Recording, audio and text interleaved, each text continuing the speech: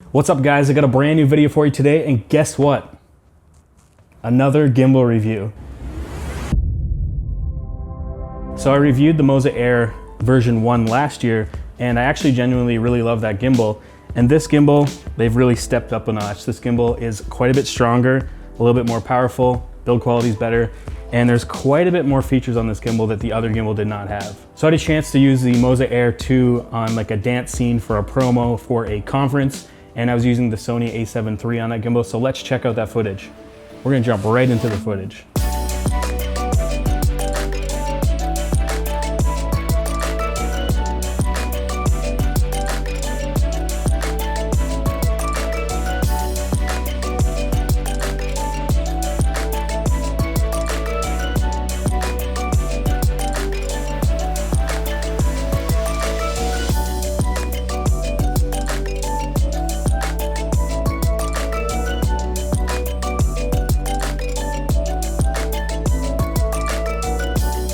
So getting right into the overall build quality, this gimbal is kind of a hybrid of aluminum and metal and plastic. It's built really well. It takes 4 batteries and the battery life can last up to 16 hours, which is crazy.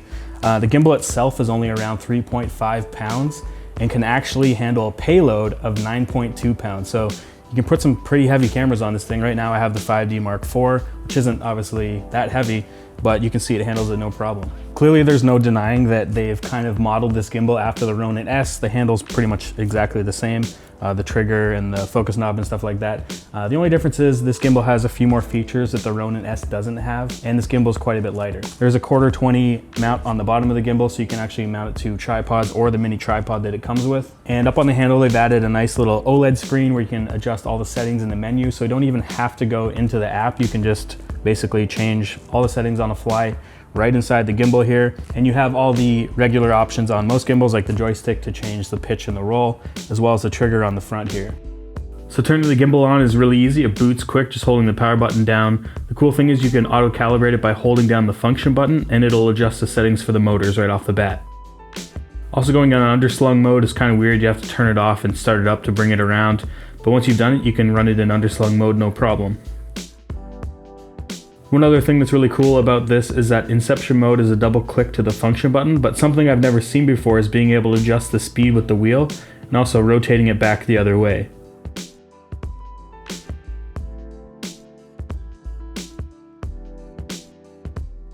One of the big features of this gimbal that I really love that I've never used on any gimbal is being able to change the speed right from the wheel. So if you want to slow down the sensitivity so you can get like really nice smooth panning, you can adjust it to a lower number. And then if you want to speed things up, you can crank it up here and then it'll be really sensitive.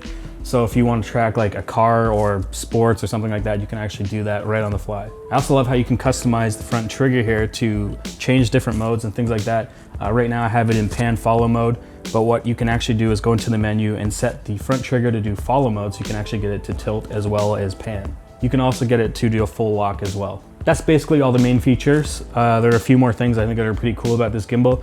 Using the USB cable, you can actually change all the settings on the camera from the actual gimbal and trigger record, a lot like the Zhiyun gimbals. And you can also do motion time lapses with this gimbal as well.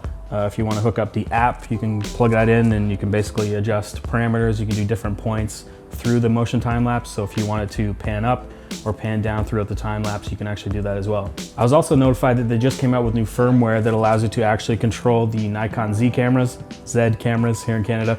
So you can actually plug in the USB cable and control all the settings from this gimbal as well on those cameras. So I just want to make sure that I mention that because I don't have that camera, so I can't really show you, but apparently you can do that now. I think that's it. This is an awesome gimbal. I love that it's very similar to the Ronin S, but it's lighter and actually has more features. And again, it's lighter because it's around 3.5 pounds. There's only really one real con that I have about this gimbal, and that's the quick release plate. It is similar to a Manfrotto style tripod plate. You can use it on a Manfrotto tripod if you want to take this off, but you can't use a Manfrotto base plate and put it on here. For some reason, there's weird locks or something like that. And there's also dual locks on this, which is also kind of annoying. I don't know why they went with that setup, but that's what they have on here.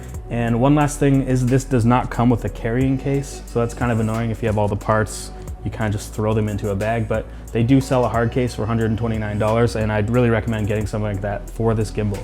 I think they really knocked it out of the park with the price to performance. This gimbal comes in at around $599. So It's about 150 bucks cheaper than the Ronin S.